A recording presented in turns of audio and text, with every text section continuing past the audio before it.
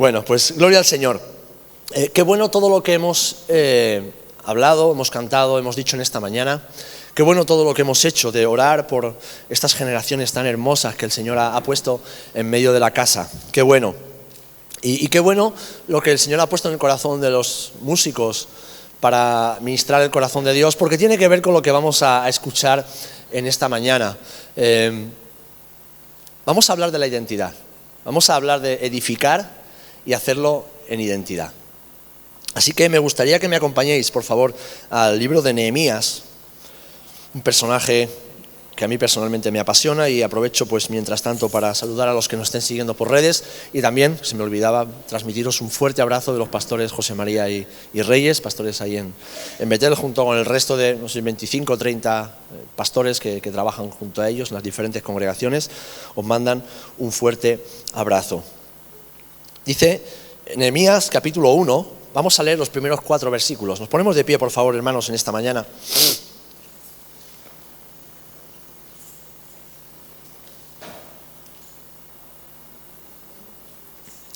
Dice así la palabra del Señor. Palabras de Nehemías, hijo de Acalías. Aconteció en el mes de Quisleu, en el año 20, estando yo en Susa, capital del reino, que vino Anani, uno de mis hermanos, con algunos varones de Judá, y les pregunté por los judíos que habían escapado, que habían quedado de la cautividad, y por Jerusalén. Y me dijeron: el remanente, los que quedaron de la cautividad, allí en la provincia están en gran mal y afrenta, y el muro de Jerusalén derribado, y sus puertas quemadas a fuego. Cuando oí estas palabras me senté y lloré, e hice duelo por algunos días, y ayuné y oré delante del Dios de los cielos. Que el Señor bendiga su palabra. Padre, en el nombre de Jesús, una vez más, Señor, estamos reunidos en tu nombre. Tú eres el que ha hecho de muchos pueblos un solo pueblo por medio de la sangre de tu Hijo. Estamos en esta hora reunidos en torno a tu palabra, deseando aprender más de ella, Señor, conocerte más a través de esta luz que alumbra nuestros corazones. Y venimos con un corazón humilde, Señor, reconociendo cuánto necesitamos de ti, Señor, pero sabiendo también que todo aquello que tú siembras en nosotros produce fruto, y fruto abundante. Señor, todo lo que tenemos y lo que somos es por ti y gracias a ti, Señor. Por eso en esta hora, como hemos cantado y orado, disponemos nuestras vidas para que tú hagas lo que tú quieras, Señor, con ellas. Queremos servirte y queremos hacerlo conforme a tu voluntad, Señor. Queremos vivir en esa identidad que tú nos has dado para glorificar tu nombre cada día. En el nombre de Jesús. Amén y amén. Gloria al Señor. Gloria al Señor. Podéis tomar asiento, hermanos.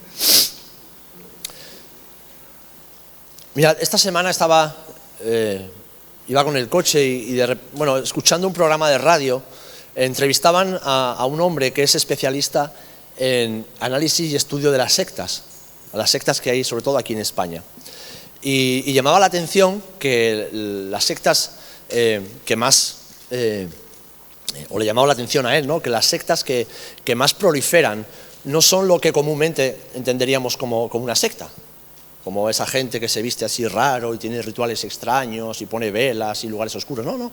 Son cosas tan trascendentales como el tema de mejorar tu hombre o tu mujer interior, el alcanzar el equilibrio y entrar en concordancia con el cosmos, la naturaleza, el tema de la meditación, el yoga, todas estas cosas que son tan comunes y que las vemos como tan normales, pero forman todo un entramado, como bien decía él, que atrapa a las personas, las engaña, las somete y finalmente las anula como personas. Lo que comúnmente conocemos, aquellos que estudiamos estos fenómenos, como la nueva era, esa mezcla de religiones, de creencias, esa mezcla de un poco de todo, donde todo está bien, todo vale, lo importante es que tú te sientas bien, lo importante es que tú seas feliz, bueno, todas estas cositas que escuchamos a menudo, ¿no? Y me llamaba la atención, qué curioso, que tal vez estemos en la generación más formada o con más información o más acceso a la información de toda la historia de la humanidad, y somos la generación que más busca el sentido de la vida, que más intenta entender y comprender qué hacemos aquí, por qué estamos aquí, habrá algo después, no habrá algo después. Y a mí esto me habla de identidad. Somos una generación sin identidad. Y no me refiero evidentemente a nosotros, hijos e hijas de Dios, me refiero a la humanidad entera. Hombres y mujeres que viven engañados, que no saben quiénes son y por lo tanto no saben hacia donde caminan. Ahora bien, preguntarás, ¿y qué tiene que ver la historia de Nehemías y Jerusalén con todo esto? Pues ahora lo vamos a ver, y me gustaría que ya está puesto ahí, muy bien, que en esto que el Señor nos está hablando durante el año 2024, acerca de edificar el reino de Dios en la tierra, edificar nuestras vidas sobre la base sólida de Dios y su palabra, edificar la iglesia, construir, seguir fortaleciendo todo aquello que Dios ha sembrado y plantado en nuestras vidas. Mira, la vida de un creyente es como una ciudad fortificada. Tu vida y mi vida, a los ojos de Dios, es una ciudad fortificada en la cual habita la presencia del Señor. Es un lugar que Dios ha levantado, que Dios ha edificado, que el Señor ha embellecido y en el cual ha depositado su presencia por medio del Espíritu Santo. Ahora bien, esa vida esa ciudad no siempre estuvo así. Hoy hemos cantado que nuestro Dios ha sido bueno. ¿Cuántos testificamos que Dios es bueno? El Señor ha sido bueno, el Señor es bueno. ¿Por qué? Porque esa ciudad que era nuestra vida, tiempo atrás estuvo en ruinas. ¿Cuántos recordáis cuando vuestra vida era una ruina total? Yo me acuerdo perfectamente cuando mi vida era una ruina. Recuerdo cuando no había murallas, cuando todo era un desastre, cuando el enemigo entraba y salía y hacía lo que quería con mi vida. Y eso es por causa del pecado. Ahora esa ciudad fue rescatada. ¿Por quién? Por Jesús. Jesús vino y rescató nuestra vida e hizo de nosotros una criatura totalmente nueva. Una ciudad nueva, murallas nuevas, puertas nuevas, edificios nuevos, y lo llenó todo con su presencia. De hecho, leemos en 2 Corintios 5:17 que si alguno está en Cristo, nueva creación. No dice arreglada, no dice restaurada, no dice parcheada, no dice reedificada. ¿Qué dice? Nueva, completamente nueva. ¿Por qué? Porque lo viejo ha pasado y todo es hecho completamente nuevo. Esta ciudad, tu vida y mi vida, ha sido diseñada para rendir culto y adoración al Señor. Fuimos creados para la gloria de Dios y también para servir de refugio, porque las ciudades amuralladas sirven para que las personas que están en peligro acudan a ellas y se refugien. Encuentren un lugar seguro donde esconderse ante el enemigo o las adversidades. Y también nuestra vida como ciudad amurallada es un lugar donde las personas vienen a encontrarse con el Dios de los cielos. Acabamos de orar por los niños, las niñas, los adolescentes, los jóvenes, y ellos son nuestra mejor herencia. Es más, la palabra dice que herencia de Jehová son los hijos, el fruto del vientre. La mejor herencia que tú y yo podemos dejar en esta vida no son riquezas, no son bienes materiales, no son logros profesionales. No, todo eso se va a quedar aquí y lo disfrutará otro seguramente. La mejor herencia que tú y yo podemos dejar a esta humanidad son hombres y mujeres que hoy son niños, pero que con la presencia de Dios podrán continuar el legado que Jesús empezó allá en la cruz del Gólgota. Hombres y mujeres que conocen a Jesús y que proclaman el nombre del Señor. Amén. Esa es nuestra mejor herencia, que cuando lleguemos al otro lado del cielo, nuestros hijos estén allá también. Amén. Porque ¿de qué sirve sembrar y sembrar para este mundo, sembrar y sembrar para tener bienes, sembrar y sembrar para tal vez alcanzar una cierta posición y luego llegar al otro lado y estar solos? Sí, con otros millones de creyentes, con otros millones, y gloria a Dios porque estaremos con Jesús. Pero yo quiero ver a mis hijos también en ese otro lado. Ya que llevo más de media vida sembrando para que todo el mundo conozca el Evangelio, quiero empezar por mi casa. Amén. Ese es nuestro legado. Y como ciudades que somos, tú y yo, debemos ser esas ciudades donde los hijos, en primer lugar, donde nuestras familias, donde las personas que nos rodean puedan venir y encontrarse con el Señor. Ahora, fijaros, una ciudad amurallada es una ciudad segura.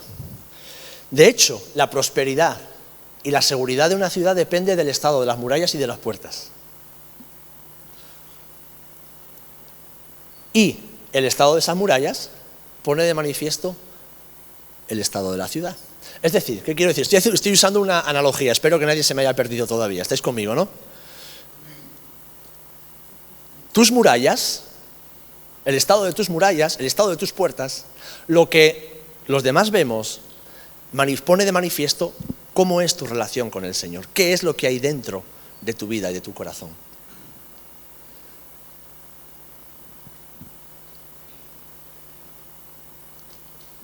Hemos leído que Jerusalén estaba en ruinas. Jerusalén no era una ciudad cualquiera, ¿vale? Era la capital de la nación de Israel. Y quiero que reflexionemos un instante, si me ayuda Anderson, para que te quede la palabra, Jerusalén. La ciudad que el Señor escogió para que allá habitara su presencia para siempre. Es la ciudad donde el Señor volverá y desde ahí gobernará por 1000 años a todas las naciones. Y es una ciudad que tiene una réplica perfecta eterna, que es la Jerusalén celestial. Y esta ciudad no era una ciudad cualquiera, era el centro neurálgico, era el centro religioso, el centro de la fe, era el motivo por el cual los judíos vivían y morían. ¿Vale? Pero en el año 586 a.C. hubo un rey con un nombre muy raro, Nabucodonosor, no le pongas ese nombre a tu hijo porque le van a hacer bullying seguro, vino y conquistó la ciudad. Vino y arrasó con todo, no solamente con las murallas y con las puertas, arrasó con los habitantes, arrasó con los tesoros del templo, con las riquezas de los palacios, quemó cada casa y cada edificio y lo echó todo por tierra. ¿Por qué? Porque esa ciudad, que era la capital de una nación escogida por Dios, se creyó fuerte e inquebrantable. Una ciudad que se glorió en su propia belleza y en su propia fortaleza. Una ciudad que había sido establecida por Dios para ser capital de una nación, que había sido rescatada por Dios, que había sido llamada por el Señor cuando no era un pueblo. Porque recordad que el pueblo de Israel nació de un hombre que ni siquiera era israelita, era de Ur de los Caldeos, un caldeo, Abraham. Y a ese hombre Dios lo escogió para ser padre de multitudes y que de su descendencia viniera la salvación a las naciones. Una nación que fue escogida por Dios para ser luz en medio de todas las naciones, pero cuyo corazón era un corazón, como dice la Escritura, duro, rebelde, una nación dura de cerviz, que pagó las consecuencias de su idolatría y de su rebelión. Fijaros, esta nación recibió en el monte Sinaí la ley, es decir, las instrucciones para saber qué es lo que el Señor pensaba y cómo vivir de acuerdo a la voluntad de Dios y por lo tanto disfrutar de la bendición de vivir de acuerdo a la voluntad de Dios. ¿Cuántos habéis experimentado la bendición que hay en hacer la voluntad de Dios? Es una bendición increíble, porque puede ser incluso que las cosas no te vayan bien en lo humano, en lo material siempre, pero hay algo dentro de nosotros, hay una paz, hay un gozo, hay una tranquilidad, hay una certeza que no te lo puede dar ninguna otra cosa, sino el saber que estás haciendo la voluntad de tu Padre. Ellos recibieron la ley y con ello las bendiciones, pero también se les dijo que la desobediencia a esa ley tendría unas consecuencias. Y fijaros, la destrucción de las ciudades era una de ellas. Leemos en Levítico 26:31 que dice, en el contexto de las consecuencias a la desobediencia, ¿vale? Haré desiertas vuestras ciudades y asolaré vuestros santuarios y no oleré la fragancia de vuestro suave perfume. Este era el estado de la Jerusalén de Nehemías. Él era el copero del rey en Susa, la capital del reino, pero el estado de su ciudad, de su gente, era este. Estaba asolada. El santuario, los palacios, las riquezas habían sido arrasadas, habían sido robadas y miles de personas o habían sido esclavizadas o habían muerto. Así que lo peor de todo esto no es cómo estaban las murallas, sino que el mal de las murallas iba de la mano del mal del pueblo. ¿Por qué? Porque ¿quién quiere vivir en una ciudad sin murallas, sabiendo que vive rodeado de enemigos? El mal estado de las murallas iba de la mano del mal estado del pueblo, porque le dijeron los amigos de Nehemías, el remanente, los que quedaron de la cautividad, dice que están en gran mal y en gran afrenta. ¿Qué significa vivir en afrenta? ¿Sabéis lo que es una afrenta? Una afrenta es un insulto, es una vergüenza, es una deshonra. Es que alguien te haga o te diga algo y tú no puedas defenderte. Así que estos hombres y mujeres, nación escogida por Dios, hombres y mujeres que fueron llamados por Dios para ser luz, que recibieron la ley para brillar en medio de las naciones, ahora se encontraban siendo la vergüenza y el oprobio de todas las naciones, porque vivían en una ciudad sin muros y no podían hacer nada para defenderse. Y quiero hablarte de esto, de la ciudad sin muros. De la ciudad sin muros. Voy a estar usando mucha analogía, así que le voy a pedir a tu cerebro que en esta mañana esté activo, ¿vale? Y que le pidas al Espíritu Santo que te haga ver más allá de lo que te estoy diciendo con palabras, porque va todo de la mano hasta llegar al final de la conclusión. Mirad, ¿los muros de una ciudad están diseñados para qué? ¿Para que sea bonita? No, para proteger. ¿Un muro qué hace? Circunda y protege. ¿Qué protege? Lo que está dentro, sean personas o sean bienes materiales. Al dar protección, esos muros, ¿qué otorgan? Seguridad. Uno se siente seguro dentro de los muros. Pues fijaros, los habitantes de Jerusalén durante años se jactaron de que las murallas de Jerusalén, que además estaban construidas sobre una colina rodeada de profundos barrancos, eran infranqueables. Diferentes ejércitos durante décadas intentaron atacar y destruir la ciudad y no pudieron. No pudieron. ¿Por qué? Porque era una ciudad bien asentada sobre la roca, una ciudad bien, como dice la palabra, unida, bien establecida. Tenía unas murallas tan altas y tan robustas que podían incluso caminar varios carros en ambas direcciones sobre las murallas de la anchura que tenían, que los habitantes decían, da igual, no hay enemigo que pueda con nosotros. Nadie va a poder atravesar estas murallas. Mientras permanezcamos dentro, estamos seguros. Hasta que llegó el castigo divino. Hasta que llegó el juicio de Dios. Hasta que hubo un enemigo contra el cual no pudieron defenderse. ¿Por qué le pasó esto a la ciudad de Jerusalén por la cual Nehemías está llorando? Porque se olvidaron de quién era Dios y se olvidaron de quién eran ellos. Es decir, olvidaron a quien les dio identidad y por lo tanto olvidaron su identidad. Y cuando olvidamos quién nos da verdadera identidad y quiénes somos en esa identidad, comenzamos a vivir de una manera completamente contraria a la voluntad de Dios. Y vivir contrario a la voluntad de Dios, mis amados hermanos, no edifica, sino que destruye. Trae ruina para nuestras vidas. Estos hombres y mujeres que vivían seguros entre las murallas de Jerusalén, le dieron la espalda a su verdadera identidad y comenzaron a vivir como el resto de las ciudades, como el resto de los habitantes. Los demás adoraban ídolos, como podía ser Baal, Asera, Moloc, Astarot, y ellos también quisieron adorar a estos ídolos. Los demás ejercían rituales religiosos basados en la prostitución, la adoración a las estrellas, la astrología, la magia negra, y ellos también quisieron hacer todo esto. ¿Por qué? Porque olvidaron quiénes eran. Olvidaron quién les daba identidad. Olvidaron que Jehová los había santificado por medio de su palabra. Olvidaron que Dios los había rescatado de Egipto con grandes prodigios y maravillas. Los había llevado por el desierto durante 40 años y los introdujo en la tierra prometida. Compartíamos el otro día con los hombres, que los hombres también tenemos nuestra reunión los viernes. Varón, ven los viernes a las 8. Dios nos bendice mucho cuando estamos aquí juntos. De que Jesús venció en el desierto. En cambio, Adán fracasó en el paraíso. No se trata tanto del lugar donde estamos, se trata de las decisiones que tomamos, mis amados. Cuando Israel estuvo en el lugar de la tierra prometida, ¿qué hizo? Fracasó. ¿Por qué fracasó? Porque dejó de mirar a Dios y por lo tanto se olvidó de cuál era su verdadera identidad.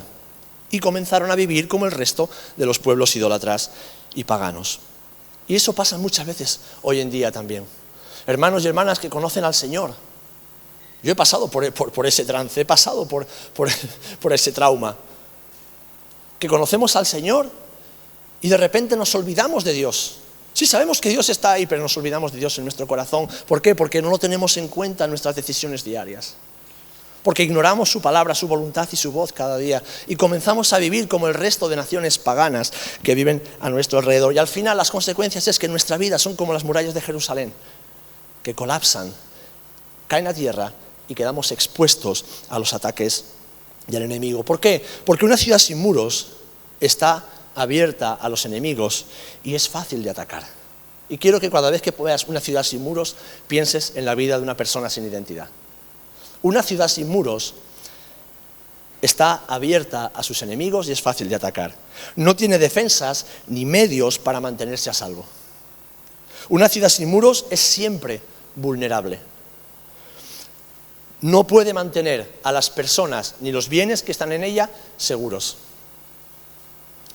Todo hombre que vive dentro de una ciudad sin muros vive preocupado por sus seres queridos todo el tiempo. Los habitantes de una ciudad sin muros viven constantemente preocupados porque no saben cuándo serán atacados de nuevo por el enemigo y serán dañados una vez más. Es más, en una ciudad sin muros se podría reconstruir el templo, pero no se podría embellecer ni llenar de tesoros. ¿Por qué? Porque al siguiente ataque del enemigo, el templo sería de nuevo saqueado y todo se perdería. Fijaros, 2 de Pedro, capítulo 2, versículo 20 al 22, donde se describe a los falsos profetas y falsos maestros que se infiltran en la iglesia. En los últimos versículos de este capítulo 2 de Segunda de Pedro, el apóstol expresa lo que le sucede a los creyentes que, habiendo sido conocidos por Dios y habiendo conocido al Señor, cometen el error de hacer como los habitantes de Jerusalén, de olvidarse de Dios y de su identidad. Dice así, Segunda de Pedro 2, 20 al 22, ciertamente, si habiéndose ellos escapado de las contaminaciones del mundo por el conocimiento del Señor y Salvador Jesucristo, enredándose otra vez en ellas son vencidos, su postrer estado viene a ser peor que el primero. Porque mejor les hubiera sido no haber conocido el camino de la justicia, que después de haberlo conocido, volverse atrás del santo mandamiento que les fue dado. Pero les ha acontecido lo del verdadero proverbio: el perro vuelve a su vómito y la puerca lavada a revolcarse en el cieno. Qué duras palabras, ¿verdad? Pues esto es lo que nos sucede a ti y a mí cuando nos olvidamos de nuestra identidad y comenzamos a vivir como éramos antes de conocer a Cristo, como el perro que vuelve al vómito y la puerca lavada que vuelve otra vez a enredarse en el cieno. Y esto fue lo que le sucedió, mis amados hermanos, a la nación de Israel. Fueron engañados, se olvidaron de Dios, olvidaron su verdadera identidad y por lo tanto pagaron un alto precio. Así que, de acuerdo a la Escritura, una ciudad sin muros es como un cristiano sin muros. Es decir, un cristiano sin identidad. Un creyente que ha olvidado o que no ha descubierto aún quién es en Cristo, quién es en el Señor. Ayer los jóvenes, que también tuvieron su encuentro, más de 100 jóvenes de la provincia o de la Bahía de Cádiz se juntaron en San Fernando. Me consta que tuvieron un día fantástico, ¿verdad, chicos? Antes de empezar, Marta, la predicadora, les dijo: chicos, ¿cuántos de aquí sois cristianos? Y la mayoría, si no todos, levantaron su mano. Y yo creo que si en esta mañana decimos: ¿cuántos de aquí hemos conocido a Jesús? Puedes levantar tu mano si has conocido al Señor. Puedes levantar tu mano si sabes que eres conocido o conocida por Dios. Gloria al Señor. Es que Jesús, cuando perdona nuestros pecados, recibimos la vida eterna. Amén. Sabemos que ya nuestro peregrinaje por esta tierra es efímero. Nos quedan 2 telediarios y estamos a la mitad del último. Pero con esa vida eterna, ¿qué recibimos también? Una nueva identidad. ¿Y cuál es esa identidad? Hijos de Dios. Antes de conocer al Señor, dice la palabra que tú y yo éramos enemigos de Dios. Estábamos en el mundo sin Cristo y sin Dios. Estábamos apartados de las promesas. Estábamos en enemistad, estábamos en guerra con el Creador y por lo tanto condenados. Pero, dice Juan capítulo 1 versículo 12, más a todos los que le recibieron, a los que creen en su nombre, que les dio la potestad, el poder de ser hechos hijos de Dios. Y esa es tu identidad, mi amado hermano y hermana, si has conocido al Señor y eres conocido por Dios. Somos hijos e hijas de Dios. ¿Cuántos sabemos que somos hijos de Dios? Yo soy un hijo de Dios. Y no siempre y no todos los días me siento como tal, porque a veces mis sentimientos me traicionan. A veces, cometiendo pecado, digo: esto un hijo de Dios no lo hace. Esto un hijo de Dios no lo piensa. Esto un hijo de Dios no lo diría jamás. Pero entonces el Espíritu Santo que está en mí da testimonio a mi espíritu de que soy un hijo de Dios. Y en vez de huir, ¿qué hago? Voy corriendo a los pies de mi Padre. Le digo: Padre, es verdad, todavía sigo cayendo, pero gracias que tú estás a mi lado. Amén. Ahora bien, somos hijos de Dios. Ahora, Jesús, un poquito más adelante, en su relato del Evangelio de Juan, también nos habla de que, aun siendo hijos de Dios, debemos seguir peleando batallas. Y hay un enemigo, el enemigo de nuestras almas, todos sabemos quién es, al cual él lo identifica con un ladrón. ¿Y qué dice del ladrón? ¿Que vino para qué? Para hurtar, es decir, robar, para matar y para destruir. Juan 10, 10. El ladrón no viene sino para hurtar, matar y destruir. ¿Cómo roba? Por medio de la mentira, porque Satanás no puede hacer nada más en tu vida que mentirte. Él no tiene autoridad para hacer absolutamente nada más. Satanás solamente te puede mentir. Y te miente a través de la tentación, te miente a través de los pensamientos, te miente a través de una voz que suele ser en primera persona. Yo no valgo nada, yo siempre fracaso, yo no voy a conseguir nada, yo siempre estoy pecando, yo siempre estoy haciendo lo mismo, yo siempre soy igual, yo no voy a cambiar. A veces pensamos que es nuestra voz. No. El enemigo muchas veces nos habla en primera persona para que creamos que somos nosotros los que nos hablamos. Entonces él roba por medio de la mentira. Y quiere robar la verdad que Dios ha implantado en nuestros corazones. ¿Cómo mata? Pues mata nuestra identidad, porque cuando dejamos de creer la verdad, abrazamos la mentira y por lo tanto nuestra identidad de hijos de Dios queda sepultada bajo los escombros de las mentiras del enemigo. Y una vez que esa mentira ha sido matada, ¿qué hace? Pues destruye las murallas. Destruye las murallas de nuestra vida. Y cuando una ciudad está sin murallas, ¿qué sucede, hermanos? Que el enemigo entra y arrasa con todo. Así que Satanás, el enemigo de nuestras almas, atenta contra nuestra identidad porque sabe que es ahí donde puede hacernos daño. Donde puede hacernos daño. Y os voy a poner un ejemplo muy sencillo. ¿Cómo tentó Satanás a Jesús en el desierto? ¿Qué le dijo? Si eres hijo de Dios, si verdaderamente eres el hijo de Dios, o sea, si tú eres Dios, si Dios es tu Padre, ¿qué le está diciendo? Le está apuntando directamente a su identidad, para que Jesús dude de su identidad, y dudando de su identidad, dude de su propósito, y dudando de su propósito, desobedezca al Padre. Es la misma estrategia para ti y para mí, porque Él sabe que atacando a nuestra identidad, ataca ¿cómo se dice en la jerga de los barcos? ¿No? No sé qué de flotación, ¿no? ¿Cómo se dice? A la línea de flotación, eso es, a la línea de flotación. Tú a un barco le puedes tirar muchos cañonazos y puede resistir. Ahora, como ataques y dañes la línea de flotación, ¿verdad? El barco, con un solo agujero, se hunde y se pierde. La línea de flotación de un creyente es nuestra identidad. Es lo que Dios dice que somos.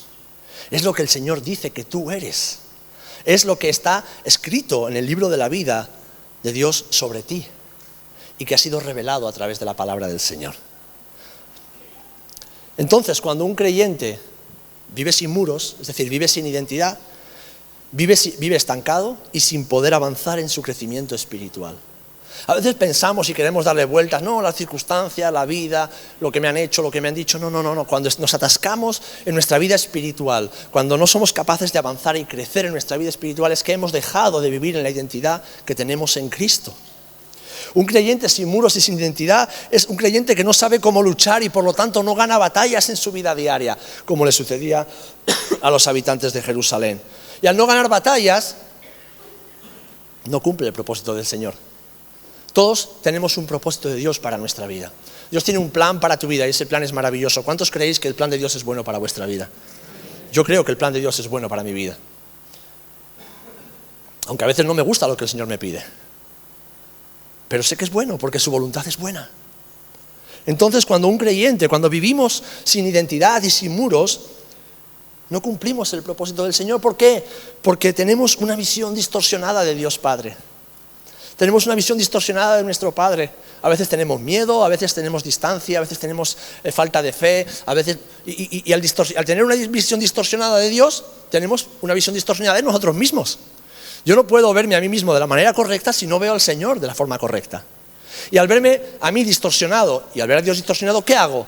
Todo lo que me rodea lo veo distorsionado. ¿Por qué? Porque, hermanos, tú pensarás, no, pero yo tengo buen ojo. ¿Cuántas veces? No, yo tengo buen ojo, yo conozco a la gente, yo calo a las personas. Mira, déjame decirte que todos vemos el mundo exterior desde nuestro mundo interior. Por eso no todos vemos el mundo igual. Por eso no todos afrontamos ni gestionamos las mismas situaciones de la misma manera. Un creyente sin identidad es un creyente que se enfada por todo. ¿Conoces a alguien que se enfada por todo? ¿Alguien que se molesta por todo? ¿Algún hermano o una hermana que está siempre con el morro torcido? ¿Que es hipersensible? Como dicen ahora, esa de piel de cristal, ¿verdad? No se les puede decir nada, no se les puede tocar porque se molestan por todo. Eso es un creyente sin identidad, no sabe quién es. Una persona que se siente rechazada todo el tiempo, que camina por la vida con un sentimiento profundo de soledad, de abandono, que cree o piensa que nadie le quiere. Eso es un creyente sin muros, es un creyente sin identidad. O ese hombre, esa mujer que se condena constantemente, que no se perdona a sí mismo los errores que comete cada día y que vive con ese sentimiento de culpa que es como una losa sobre sus espaldas que le impide avanzar. Un creyente sin identidad y sin muros es un hombre o una mujer incapaz de vencer las tentaciones y las tendencias pecaminosas que todos tenemos y contra las cuales todos luchamos. Y por lo tanto, pues ¿qué sufre? Ansiedad y preocupaciones constantes. La ansiedad es uno de los resultados de la falta de identidad. Porque si yo sé quién es Dios y yo sé quién soy, en Dios no tengo nada de qué preocuparme. Mi vida está escondida con Cristo en Dios. Y lo único que puede pasar es que si me muero, la muerte me entregue al Señor. Todo lo demás son pequeñeces. Ahora, ¿cómo vivimos la vida? ¿Por qué hay tantos millones de personas en el mundo yendo a la nueva era, yendo a la meditación, yendo al yoga, yendo a no sé qué, yendo a todas estas cosas que son del diablo, que son satánicas porque atan a las vidas? Tú no necesitas meditar para encontrar tu no sé qué, tu chakra interior. Tú necesitas arrodillarte delante del Señor cada día. Ahí vas a encontrar descanso y paz para tu corazón. Ahí vas a recordar quién eres a los ojos del Padre. Y eso es más que suficiente. Y eso es más que suficiente.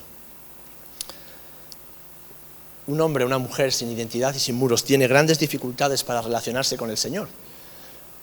Y si es un creyente, tiene grandes dificultades para relacionarse con los pastores y con cualquier tipo de autoridad que haya dentro de la iglesia. ¿Por qué? Porque se siente amenazado o amenazada. Se siente como si fuera alguien a quien están atacando, y no es así. Cuando tenemos una visión sana del Señor, tenemos una visión sana de la autoridad y lo vivimos con naturalidad.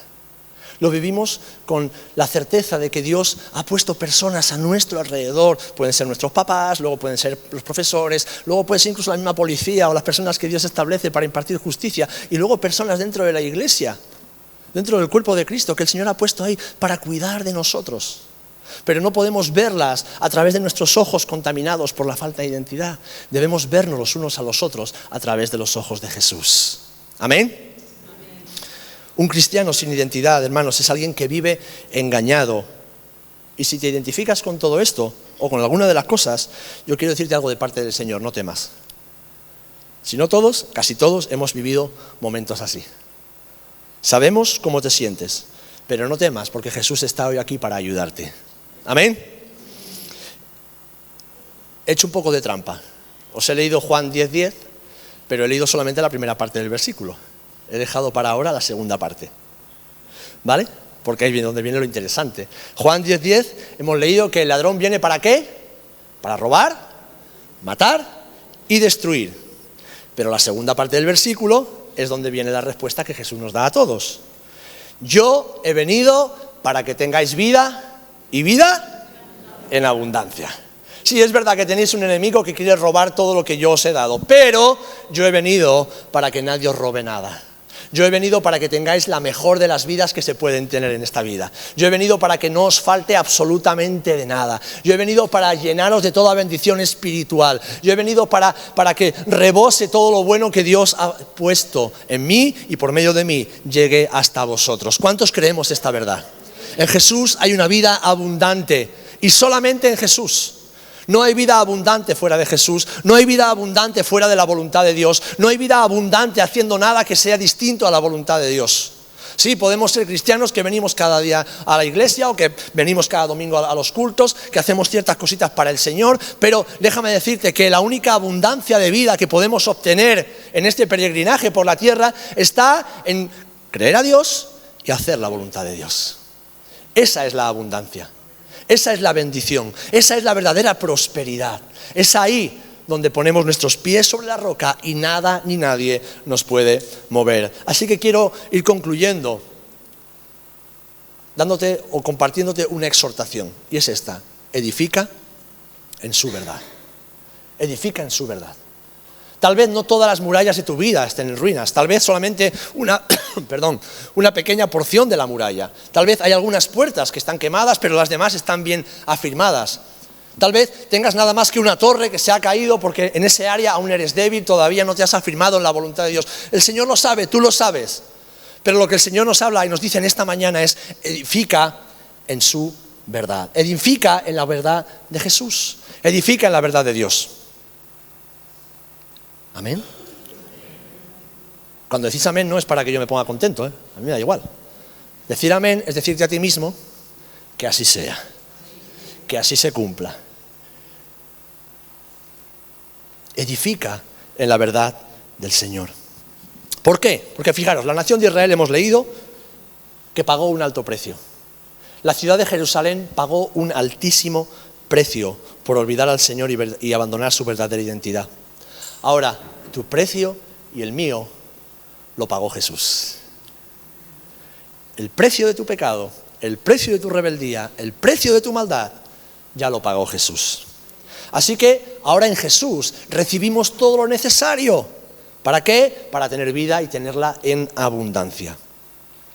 Es verdad que esa vida abundante no está exenta de sufrimiento y adversidades, porque el sufrimiento y la adversidad, la tribulación, como dijo Jesús, es parte de la vida, no vamos a engañar a nadie. Pero es una vida abundante que se construye sobre la roca de la verdad del Señor. ¿Por qué? Porque ¿qué le dijo a sus discípulos cuando los judíos querían justificarse a sí mismos? Mirad, si hacéis lo que yo os digo, sois verdaderamente mis discípulos. Y entonces, siendo mis discípulos, conoceréis la verdad y la verdad os hará libres. Lo único que te liberta, que te hace libre, verdaderamente libre, no es como hemos cantado la religión. No son los moldes humanos ni las formas que nosotros tengamos de acercarnos a Dios. No, hermanos, lo único que nos hace libres es la verdad de Jesús. Y no es solamente conocerla de una manera teórica y estudiarla, yo sé lo que dice, yo me sé muchos versículos, no. Se trata de que esta verdad se encarne en nosotros, se haga una sola carne con nosotros. Que esa verdad sea parte integral de nuestra mente, de nuestros pensamientos diarios. Sea parte integral de lo que sentimos y cómo gestionamos las emociones. Sea parte de lo que somos. Dice, conoceréis la verdad. Conocer, intimar, profundizar, encarnar, conocer la verdad. Hermanos, si nos hiciéramos todos un test psicológico basado en la Escritura, detectaríamos hoy mismo que todos tenemos estructuras y mentiras en nuestra mente. Que todos vivimos muchas veces en base a cosas que nada tienen que ver con la palabra de Dios. Porque si no fuera así, nuestras vidas serían muy distintas. Si viviéramos en base a la palabra y los principios de Dios, en base a la identidad que hemos recibido del Señor, no estaríamos negociando con el pecado, no estaríamos negociando ni jugueteando con las cosas de este mundo, intentando justificarlo. No estaríamos intentando, a ver hasta dónde puedo llegar sin que pase. No. Cuando vivimos de acuerdo a la Escritura, nos sentarán los chicos que todavía queda un poco, Lourdes, todavía queda un ratito, no os tengáis de pie tanto tiempo. Ya os aviso yo, no os preocupéis. Cuando vivimos en base a la verdad del Señor, reflejamos la vida, reflejamos las palabras, reflejamos los pensamientos, reflejamos la actitud de Jesús en todas las circunstancias de nuestra vida. En todas. Le decía el apóstol Juan a su amigo, es mi oración, después de ver que andas en la verdad y me gozo porque andas en la verdad, es mi oración que prosperes en todas las cosas, así como prospera tu alma. ¿Cuántos queréis prosperar en todas las cosas? Pero ¿cuántos queréis sobre todo prosperar en vuestra alma? Porque prosperar en el alma significa crecer en un carácter conforme al carácter de Cristo. Dejar de ser bebés emocionales, dejar de ser niños infantiles. Dejar de ser personas que viven de forma errática y caprichosa y que son como el Guadiana, que hoy están y mañana desaparecen, nunca se sabe por dónde van a salir. Y así hay muchos creyentes en el mundo que no saben quiénes son en Jesús, que sufren dentro de sí mismos y tristemente hacen sufrir a su entorno, porque en lugar de hacerse responsables de lo que sienten, responsables de lo que piensan, responsables de lo que está sucediendo en su mundo interior, culpan a los demás.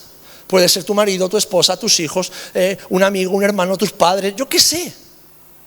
Hermano, las personas que sabemos quiénes somos en Cristo, nunca culpamos a otro. Nunca culpamos a los demás. Nos hacemos responsables de lo que sentimos. ¿Me hieren? Bueno, me duele. ¿Qué tengo que hacer cuando me hieren y me duele? ¿Qué tenemos que hacer? Perdonar.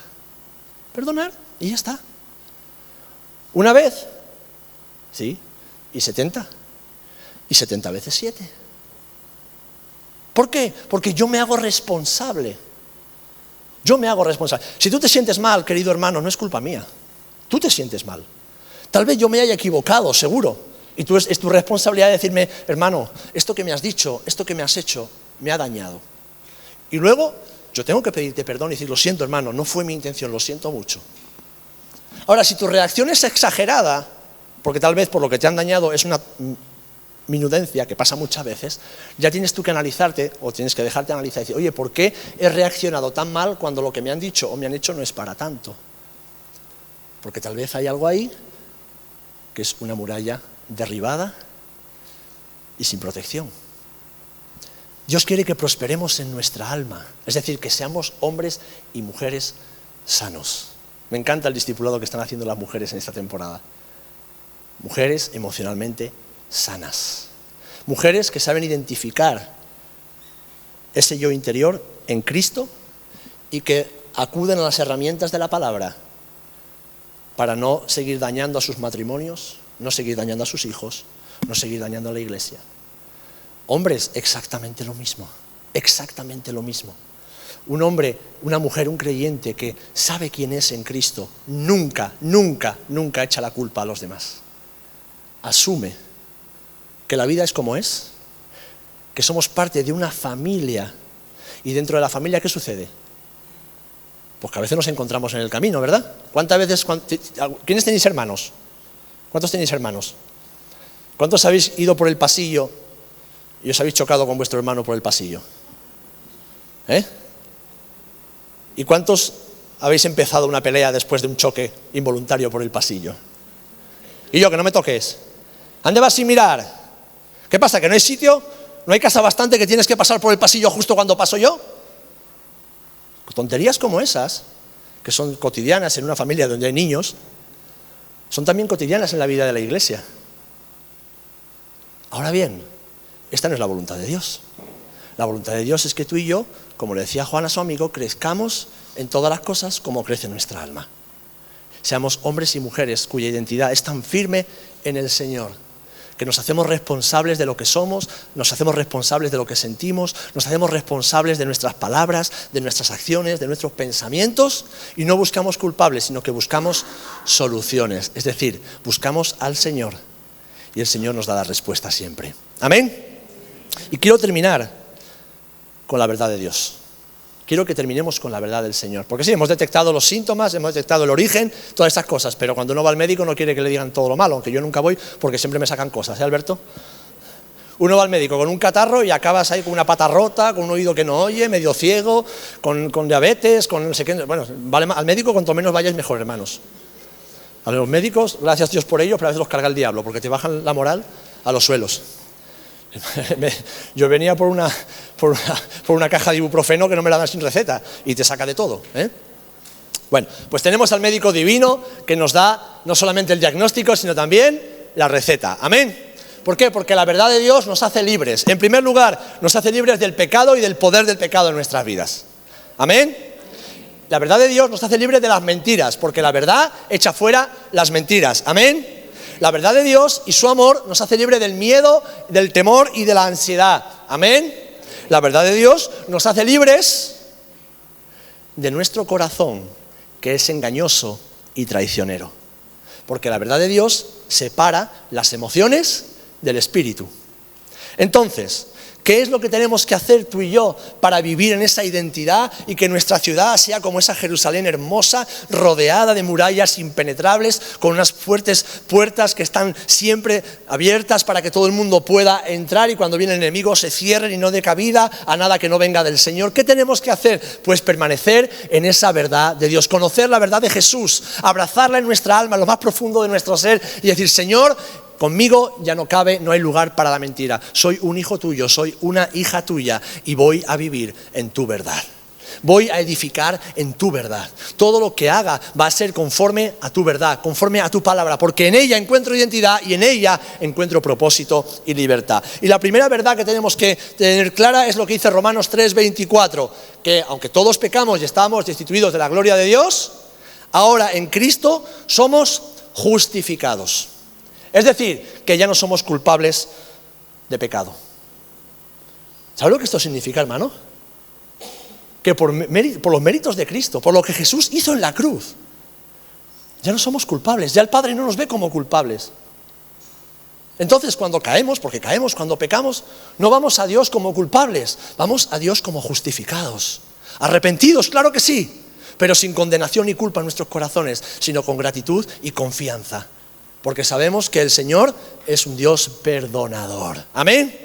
Así que la primera base, la primera piedra es que ya no somos culpables sino justificados. En segundo lugar, como dice Romanos 8:1, que no nos espera ninguna condenación, porque ninguna condenación hay para los que están, ¿dónde? En Cristo, los que conforme a su propósito son llamados. Hermano, hermana, no dejes que nadie te condene, no dejes ni siquiera que tus propios pensamientos te condenen y por lo tanto no condenes a nadie, porque los que estamos en Cristo ya no somos condenados sino justificados. Amén. En tercer lugar, somos libres de la ley del pecado y de la muerte. ¿Qué dice la palabra de los creyentes? Que no verán muerte. ¿Qué significa esto? Que sí, dejaremos de respirar, nuestros ojos se cerrarán, pero será como, no sé, un instante, una décima de segundo, una milésima de segundo, pero no veremos muerte. No veremos muerte. Pasaremos al otro lado sin ver muerte. ¿Por qué? Porque si en nosotros está el espíritu de vida, ese espíritu de vida nos vivifica. Y aunque dejemos este cuerpo, que es como una, no sé, como una cáscara de nuez, como una, no sé, algo que se queda aquí, en el otro lado no veremos muerte. No veremos muerte. ¿Saben? Los que nos toca despedir habitualmente a las personas cuando se van ya con el Señor, somos conscientes de esto. Y los que nos toca despedir a personas que no se van con el Señor, también somos conscientes de esto. Las personas que se van sin Cristo, se van con un rictus de tensión, hasta de pánico en muchas ocasiones. Se rebelan a dejar este cuerpo. Pero es mi experiencia como pastor, que me toca despedir a muchos hermanos en la fe, el que en las últimas horas, estas personas incluso las ves orando y levantando las manos, diciendo: Señor, llévame contigo, ya he terminado, ya he concluido mi carrera. Contaba un pastor que tenía un amigo, un anciano de iglesia, que había estado a su lado durante años, ayudándole, acompañándole, y entonces este hombre se está muriendo. Y el pastor lo acompaña y está ahí orando por él, pidiéndole al Señor que le dé paz y tranquilidad. Y entonces este hombre que se muere empieza a llorar y llorar y llorar, y le dice el pastor: no, hombre, hermano, pero ¿por qué lloras? Si te vas con Jesús, si te vas con el Señor, vas a alcanzar lo que siempre has deseado. Le dice este hermano: no, pastor, si no lloro por mí, lloro por ti. ¿Pero por mí por qué? Si yo no me voy a morir. Dice: no, todavía no. Dice, pero por mí por qué? ¿Qué es lo que pasa? Dice: no, pastor, lloro por ti, porque me voy y te dejo con tanto trabajo para ti solito. O sea, ese hombre estaba feliz porque estaba a punto de encontrarse con Jesús, pero aún estaba preocupado porque no quería dejar a su amigo ahí bregando con la obra del Señor. Esa es la felicidad que tenemos aquellos que sabemos que no veremos muerte. Y en eso se basa nuestra identidad. Cuando vivimos en esa realidad, mis amados, relativizamos muchas de las cosas que nos acontecen en la vida. A veces nos agobiamos, nos perdemos, nos ahogamos en un vaso de agua. Todos conocéis esa expresión, ¿verdad? Es que si me ha dicho, que no me ha dicho, que me ha hablado, que no me ha hablado, que me ha mirado, que no me ha mirado. Yo qué sé de tonterías que pasan por nuestra cabeza. Y se nos olvida que tú y yo no veremos muerte. Que tú y yo estamos solamente en un pequeño tránsito hasta la verdadera vida con Jesús. Amén. Somos santificados y aceptos en Cristo Jesús. Somos santificados y aceptos en Cristo Jesús. Cristo ha hecho todo lo posible para que tú ahora te presentes delante del Padre y el Padre te acepte. Para que no te rechace, sino que te reciba como un hijo y una hija. seremos vivificados, como dice 1 Corintios 15, 22, en la resurrección. ¿Por qué? Porque como dice 2 Corintios 5, 17, y hemos leído, somos una nueva creación. Y por lo tanto, en esa nueva creación ya no moriremos. Ya no moriremos. Entonces, por eso Pablo decía, para mí el vivir es Cristo y el morir, ganancia. ¿Por qué? Porque sé que no voy a morir.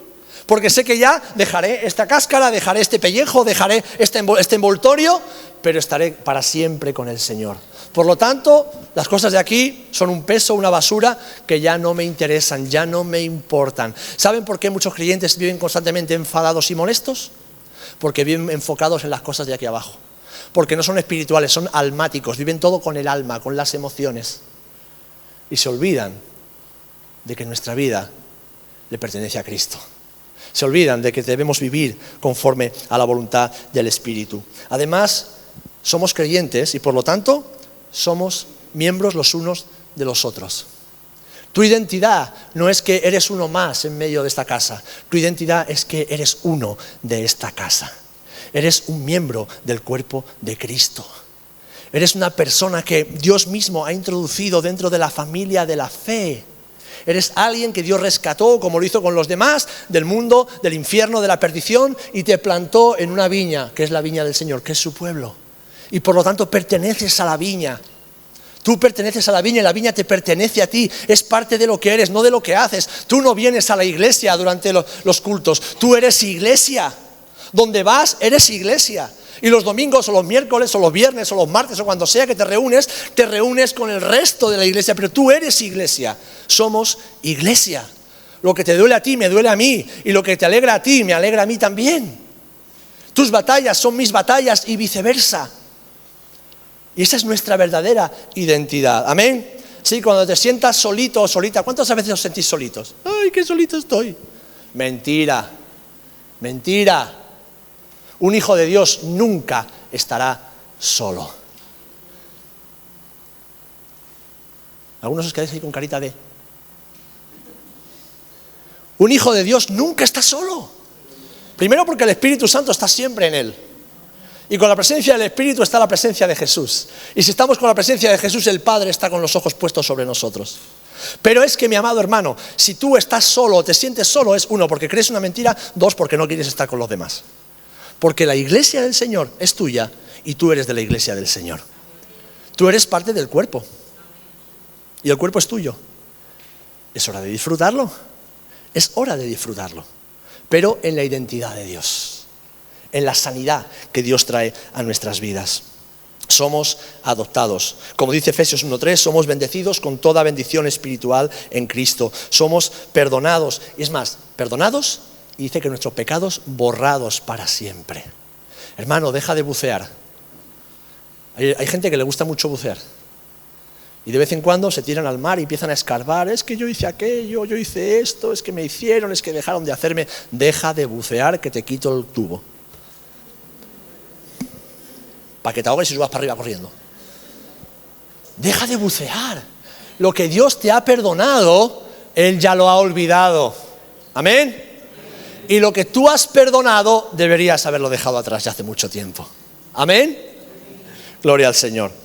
Estamos sellados con la pertenencia del Espíritu de Dios. Somos la obra de arte de Dios. Ahora está muy de moda, y no voy a entrar en ese debate porque no me interesa y no me parece relevante, el tema que si me pongo un tatuaje, si no me pongo un tatuaje. Alguien me pregunta, oye, ¿tú te pondrías un tatuaje? Digo, ¿tú crees que en este Ferrari que Dios ha creado voy a poner una calcamonía? Yo voy a poner una pegatina en un Ferrari, compi. Soy una obra de arte de Dios, mi cuerpo es una obra de arte de Dios, yo no puedo tratarlo de cualquier manera. ¿Para qué lo voy a adornar con algo extra? Si el Señor me ha dado el pelo, pues me quedo con el pelo. Que me quita el pelo, pues me quito el pelo. Más aerodinámico voy por la vida.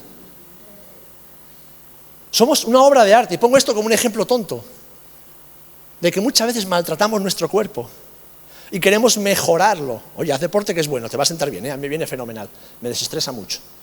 Lo puedo pegar una patada al Pepe y no se enfada conmigo. En un campo de fútbol podemos pegarnos patadas y no pasa nada, ¿verdad? Ya nos desestresamos. Haz deporte, cuídate, come bien, descansa bien. Pero cuida tu cuerpo porque eres una obra de arte de Dios. Los dones que el Señor te ha dado no los tiene nadie más, los tienes tú. Eres una obra de arte del Señor. Esa personalidad tan maravillosa que tienes, la ha creado el Señor. Es una obra de arte de Dios. No te compares con otros, no quieras lo que Dios le ha dado a otro. Quédate con lo que Dios te ha dado y poténcialo al máximo. Estudia, fórmate, prepárate, aprende, avanza. Pero eres una obra de arte de Dios, como dice la palabra del Señor en Efesios 2:10. Compartimos las promesas de Cristo, podemos vivir en la confianza y la libertad. Hemos recibido todo en Cristo y viviremos eternamente con el Señor. Hermanos, esta es nuestra identidad.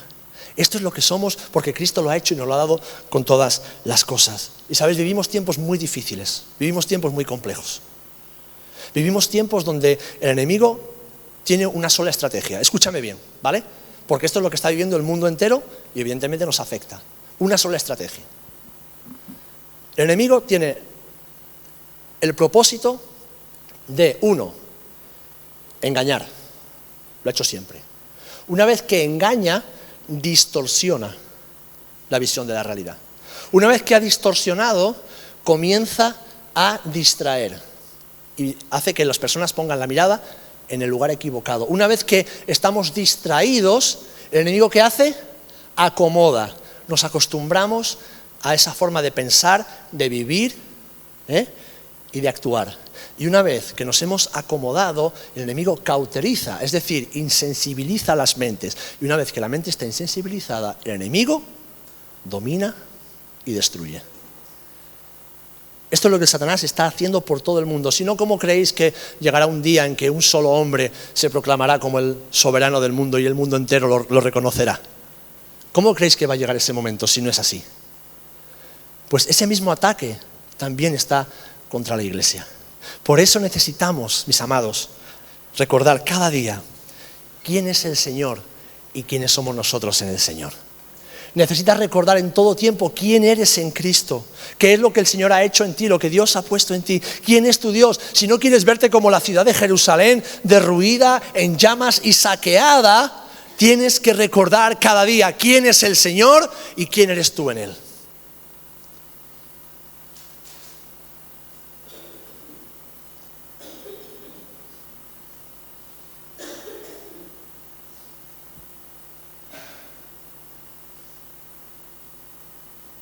No somos llamados a vivir en fracaso.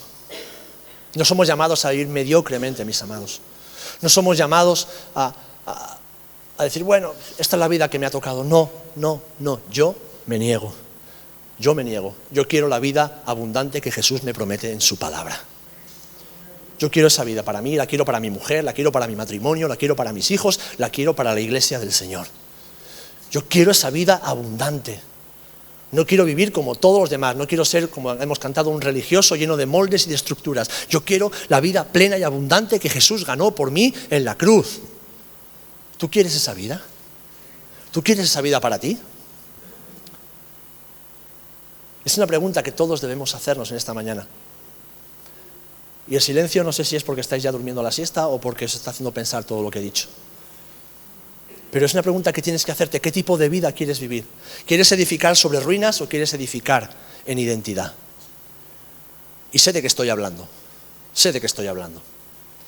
Podría dar un máster en identidad, porque más de media vida me la he pasado viviendo sin identidad y pagando las consecuencias de la falta sin identidad. Y sufriendo y haciendo sufrir por causa de mi falta de identidad. Pero ahora Cristo ha hecho todas las cosas nuevas. Y no renuncio a ni una sola de las bendiciones de la identidad que tengo en Cristo para mi vida. Y yo no quiero que tú renuncies a ni una sola de las bendiciones que Cristo tiene para tu vida. Si estás luchando con la inseguridad personal, hay que trabajar ahí, hermano. Si estás luchando con las mentiras, con las dudas, hay que trabajar ahí. Si estás luchando con la culpabilidad, con la condenación, hay que trabajar ahí. Si estás ahí negociando con el pecado, bueno, no pasa nada. Hoy muchos de los jóvenes dicen, ¿verdad? No, yo me gusta una chica, no es creyente, pero yo la voy a traer a la iglesia. Mentira. Como te enredes con una persona del mundo, al final acabarás tú en el mundo. Los que tenemos unos cuantos años ya en la tierra y en la iglesia, hemos visto tantas jóvenes enamorarse, desobedeciendo al Señor, de personas no creyentes. No, va a venir conmigo a la iglesia. No, tú te vas a ir al mundo con él y con ella.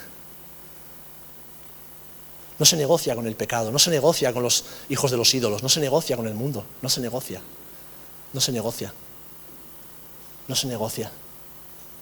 Tienes que escoger si quieres un mensaje que te haga vivir en arrepentimiento o quieres un mensaje que te haga reír todos los días. ¿Quieres reír o quieres llorar en arrepentimiento que te lleve a los pies de la cruz y que te permita vivir en victoria cada día de tu vida? Tenemos que escoger, mis amados, qué tipo de vida queremos vivir. Yo quiero una vida edificada en identidad. Quiero una vida que me permita decir, yo sé quién soy, yo sé en quién he creído, yo sé hacia dónde el Señor me lleva, y pase lo que pase, cueste lo que me cueste, seguiré hacia adelante. Seguiré hacia adelante. Con la ayuda del Señor, por la misericordia de Dios, con su gracia derramada, con sus fuerzas renovadas cada día, pero seguiré hacia adelante en la identidad que tengo en Cristo, mi Señor Jesús. ¿Amén? Pues que esa sea tu oración también. Que esa sea tu oración también en este día y cada día de tu vida.